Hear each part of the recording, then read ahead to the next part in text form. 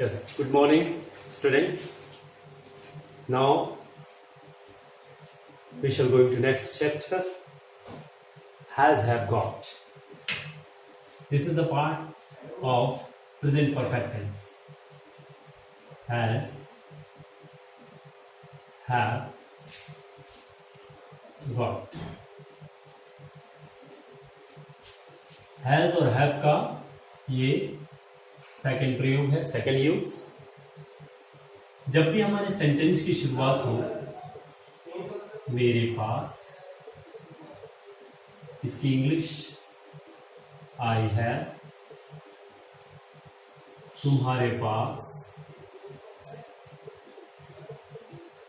English you have, उसके पास, in English he has। मेरे पास एक पेन है, I have a pen। तुम्हारे पास किताब है, you have book। उसके पास बहुत सारा पैसा है, he has a lot of money। क्या चीज मेरा है, I have। क्या चीज तुम्हारा है, you have। क्या चीज उसका है, he has। These are American accent।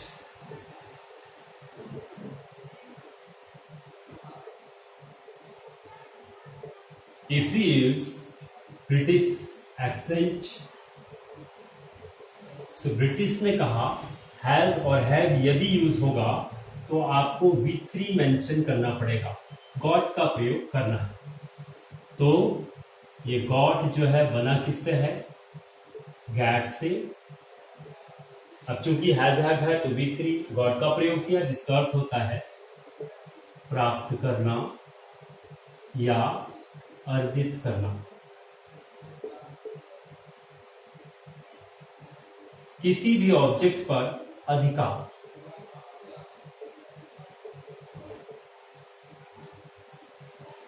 जिस सेंटेंस को आप अमेरिकन एक्सेंट में आई हैव अ पेन बोलते हैं, ब्रिटिश इंग्लिश कहेगा I have got a pen. This is British accent and this is American English, and both sentences meaning in Hindi same. Negative आप बनाएंगे तो ये बन जाएगा I have not got a pen। In the interrogative, have I got a pen? Have I not got a pen? When have I got a pen? Why have I not got a pen? ध्यान दीजिएगा, I have got a pen, मेरे पास एक pen है। I have not got a pen, मेरे पास एक pen नहीं है। Have I got a pen, क्या मेरे पास एक पेन है। Have I not got a pen, क्या मेरे पास एक पेन नहीं है। When have I got a pen, मेरे पास एक पेन कब है। Why have I not got a pen, मेरे पास एक पेन क्यों नहीं है। यदि आप यस और नो का आंसर देना चाहते हैं तो yes, I have got a pen। हाँ, मेरे पास एक पेन है। No, I have not got a pen। नहीं, मेरे पास एक पेन नहीं। इस तरीके से यदि आप अमेरिकन इंग्लिश में प्रयोग करते हैं तो विदाउट गॉट आपको सेंटेंस का प्रयोग करना है। ब्रिटिश इंग्लिश में यदि आप इन्हीं सेंटेंसों को बोलना चाहते हैं तो इस तरीके से आप बोलेंगे। तो जब भी हमको अपने सेंटेंस में, अपने विचार में इन भावों को व्यक्त करना हो, क्या चीज मेरा है, आई हैव, क्या चीज तुम्हारा है, यू हैव, क्या चीज उसका है, ही हैज के माध्यम से इन विचारों को इंग्लिश का रूप हम दे सकते हैं। And this is the second part of present perfect has, have और गॉट। इस तरीके से वर्बलेस सेंटेंस में हैज हैव का प्रयोग ये आपका प्रेजेंट परफेक्ट का last chapter. Now we will going to next chapter. जो प्रेजेंट का लास्ट पार्ट हमारा बचा हुआ है present perfect continuous tense. Practice कीजिएगा इस तरीके से, ऐसे पॉजिटिव सेंटेंस बना लीजिएगा। इसका मैंने जैसे सारे फॉर्म बनाए हैं वैसे ही आप इसके भी सारे फॉर्म बनाइए, इसके भी सारे फॉर्म बनाइए। कम से कम 5 से 6 सेंटेंस ऐसे पॉजिटिव के बनाइए और गॉट के साथ इसकी प्रैक्टिस कर दीजिए। गॉट लगा दिया तो ब्रिटिश इंग्लिश हो जाएगा, गॉट हटा दिया तो अमेरिकन इंग्लिश हो जाएगा। इस तरीके से आप इसमें कॉन्फिडेंट होंगे कि इस प्रकार के विचारों का इंग्लिश ट्रांसलेशन या इंग्लिश में वाक्यों का प्रयोग हम कैसे करते हैं। ठीक है, अब हम चलते हैं लास्ट पार्ट प्रेजेंट टेंस का। जो बचा हुआ है वो है present perfect continuous tense.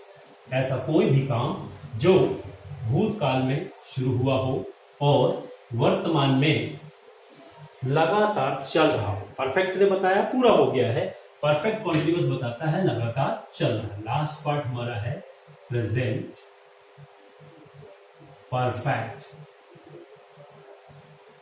Continuous tense, जिसमें परफेक्शन भी बताना हो, कंटिन्यूएशन भी बताना हो। So we always find in the end of Hindi translation आ रहा है, ई रही है, ए रहे हैं और काम के प्रारंभ होने का समय। The present perfect continuous tense is used when the action and continuous for some direction of time। जैसा कि मैंने आपको बताया कि कोई भी काम जो भूतकाल के एक समय से शुरू होता है और वर्तमान में कुछ तो हो गया है और लगातार चल भी रहा है। एक उदाहरण से आप समझ सकते हैं कि वह 2010 से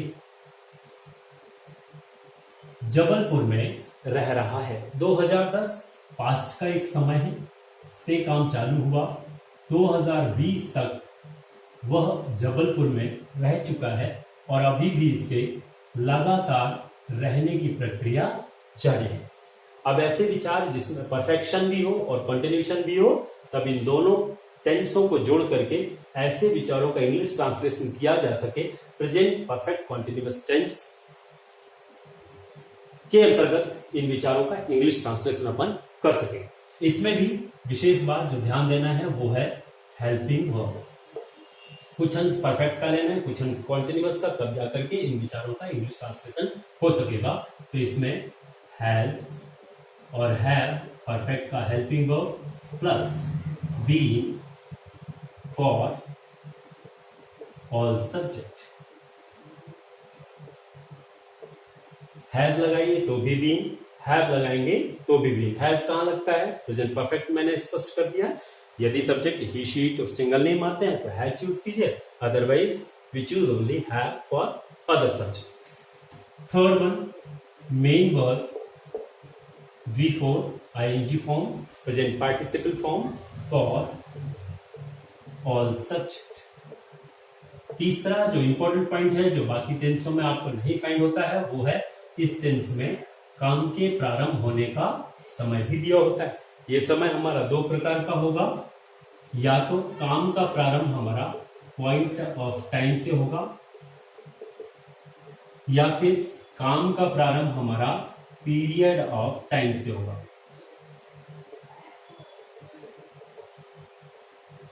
दिस इज निश्चित समय एंड दिस इज अनिश्चित समय। निश्चित समय में name of day, for example Monday, Tuesday etc. Name of month, for example January, February, March. Name of year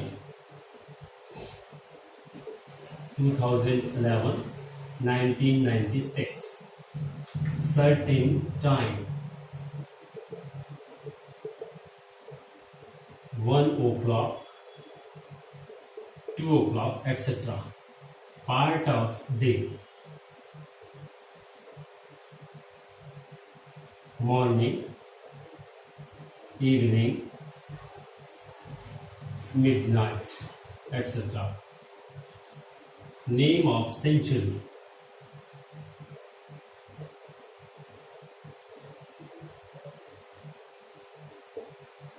(21st century) or 9th century, etc. Part of life,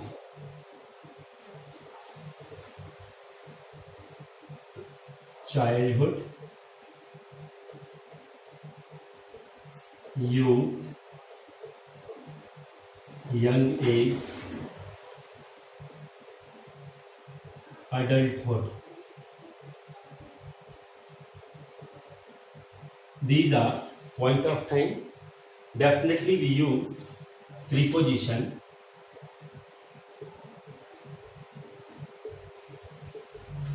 since और from. फिर बात आती है पार्ट ऑफ टाइम जिसमें समय अवधि दी गई हो, अनिश्चित समय हो, तो इसमें हो जाएगा number of day,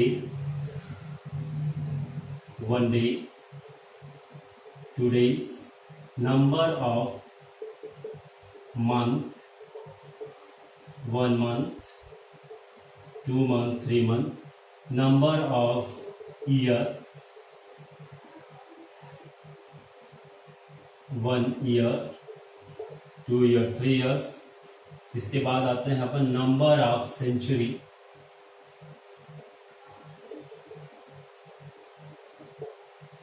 1 century, 2 century, 3.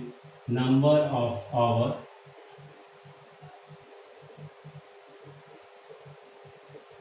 1 hour, 2 hours, 3 hours, etc. तो यदि किसी भी टाइम का संख्या आ जाए, नंबर ऑफ डे 1 दिन, 2 दिन, 3 दिन, नंबर ऑफ मंथ 1 महीना, 2 महीने, 3 महीना, नंबर ऑफ ईयर 1 साल, 2 साल, 3 साल, नंबर ऑफ सेंचुरी 1 शताब्दी, 2 शताब्दी, 3 शताब्दी, number of hour 1 घंटा, 2 घंटा, 3 घंटा. So these are period of time and definitely we use for preposition before the time.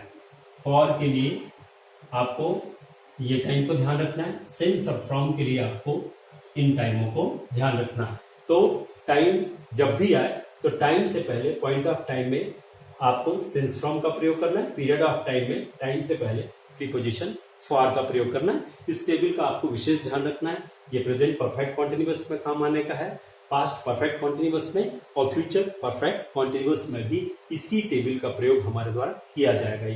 Our work has been started from point of time, then we use before the time since or from, and our work has been started from period of time, then we use before the time preposition for. अब हम आते हैं formula में. ध्यान दीजिएगा, ये table में मिटा देता हूं.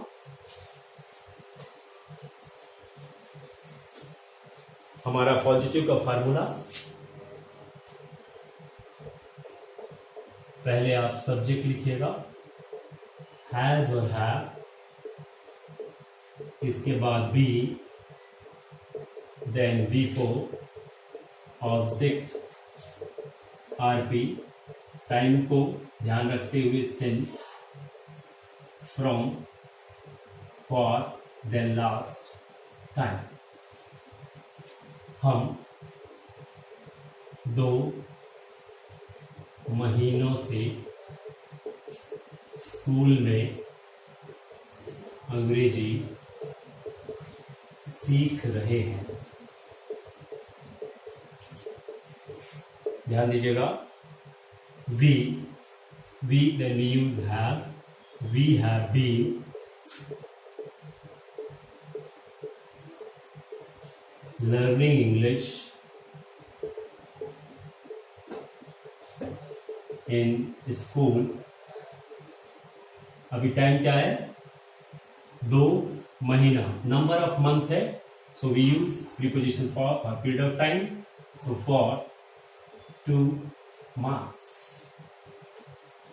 Write down first subject, then has or have been, before, object, RP, since, from, far or time. Negative formula is subject plus has या have plus not plus been, then before plus object oblique RP, then since, from, for plus time. Interrogative is has or have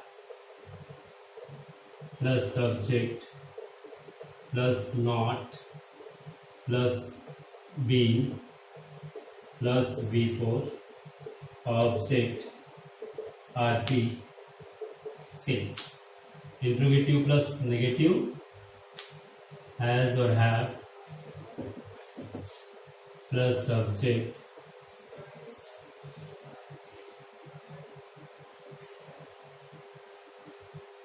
has have plus subject plus being, not plus being plus before, then object oblique RP, and same. WH plus interrogative, so has or have plus subject plus being plus before, then object oblique RP, question mark. WH plus negative, WH plus has या have plus subject plus not plus be plus before object oblique RP, same question mark. इस प्रकार से 6 formula का आप English translation कर सकते हैं। For example, हम 3 महीनों से स्कूल में अंग्रेजी सीख रहे हैं। We have been learning English in school for 2 months. We have not been learning English in school for 2 months. Have we been learning English in school for 2 months? Have we not been learning English in school for 2 months? When have we been learning English in school for 2 months? Why have we not been learning English in school for 2 months? इस तरीके से positive, negative, interrogative, interronegative, WH word और WH negative sentence का translation इस tense के अंतर्गत करेंगे। ये ऐसे विचारों को स्पष्ट करेंगे जो भूतकाल से शुरू हुए हैं और वर्तमान में भी लगातार चल रहे हैं। कोई भी ऐसा कार्य जो भूतकाल से शुरू हुआ हो और वर्तमान में कंटिन्यू हो, ऐसे विचारों का ट्रांसलेशन आप प्रेजेंट परफेक्ट टेंस के अंतर्गत कर सकते हैं। हाँ, इसमें एक कुछ विचार ऐसे होते हैं, ध्यान दीजिएगा, जिनमें टाइम स्पष्ट नहीं होता, परंतु उस सेंटेंस का टोटल आइडेंटिफिकेशन का इंडिकेशन जो होता है वो प्रेजेंट परफेक्ट टेंस में ही होता है। तो आप नोट के रूप में आप इसको समझ लें। अधिकांशतः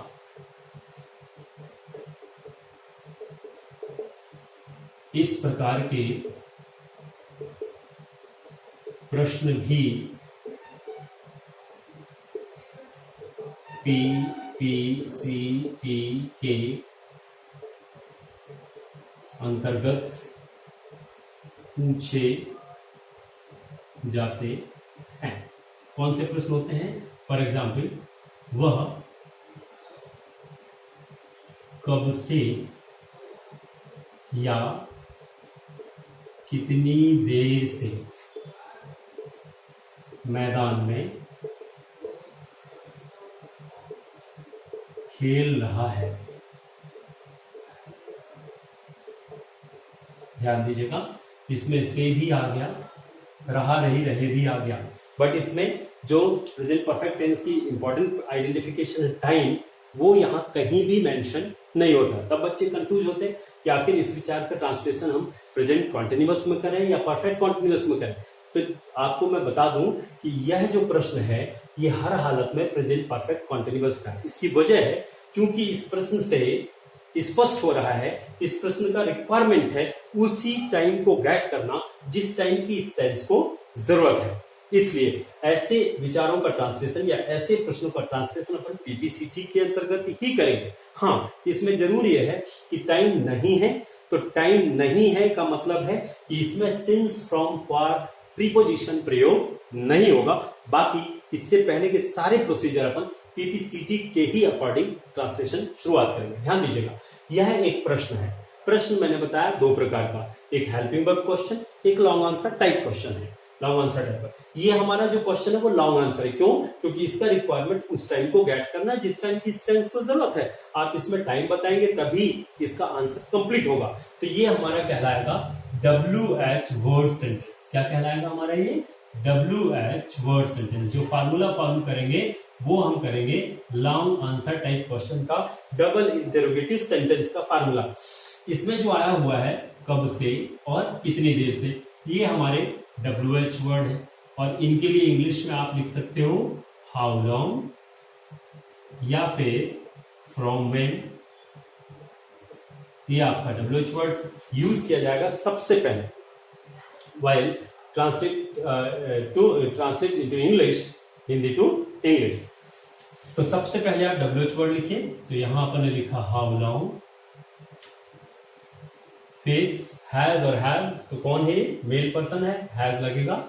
has he been playing in ground